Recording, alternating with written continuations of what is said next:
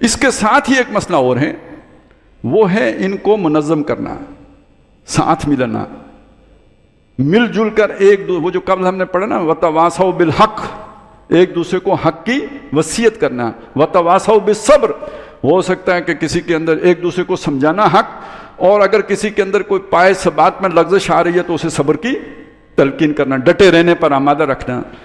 تو یہ آپس میں ایک مضبوط تعلق، آپس میں ایک دوسرے سے مربوط رہنا، وابستہ رہنا یا پیوستہ رہنا، پیوستہ رہ شجر سے امید بہار رکھ، اپنی ایک علیحدہ دنیا بنانا، کیونکہ ادھر سے کٹ رہے ہیں تو کسی سے جڑنا بھی تو ہے نا۔ اگر ماں باپ گھر سے نکال رہے ہیں تو آگے کوئی کمپینین ہونے چاہیے نا، کوئی کامریڈ ہونے چاہیے نا، جن کے ساتھ جا کے جڑیں، کوئی دل کی جو ہے نا جن کے پاس سے دوا ملے، کوئی ہمدرد جن کے پاس پہنچا جائے۔ یہ دار ارقم یہی تو تھا نا، جہاں دکھیارے بیٹھ کے اپنے دکھ جو ہے بانٹتے تھے۔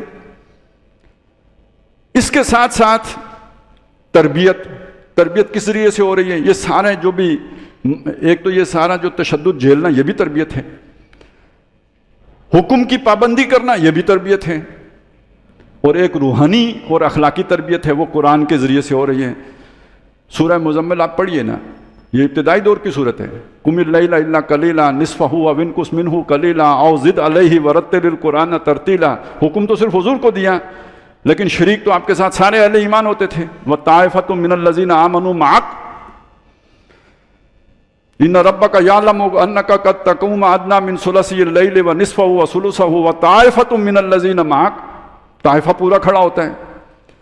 تو یہ قرآن اندر جا رہا ہے، آدھی رات کھڑے ہو کے، ایک تہائی رات کھڑے ہو کے، 2/3 رات کھڑے ہو کے قرآن پڑھا جا رہا ہے۔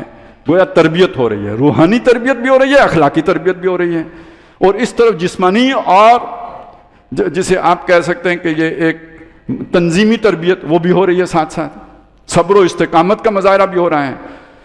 اسے جوڑیں گے تو 4 کام بن گئے ہیں جو بیک وقت ہو رہے ہیں۔ اس نظریے کی تبلیغ،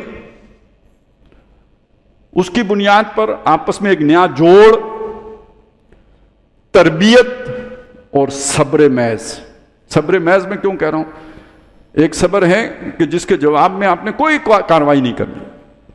ویسے تو جب آپ لڑائی لڑتے ہیں نا، وہ بھی صبر کے بغیر نہیں لڑی جا سکتی۔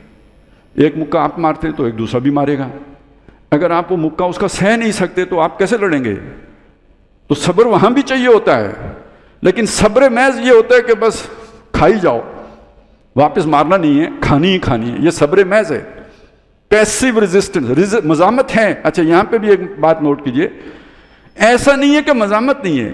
مزاحمت کیا ہے؟ جب آپ کلمہ پڑھتے ہیں تو مزاحمت ہے۔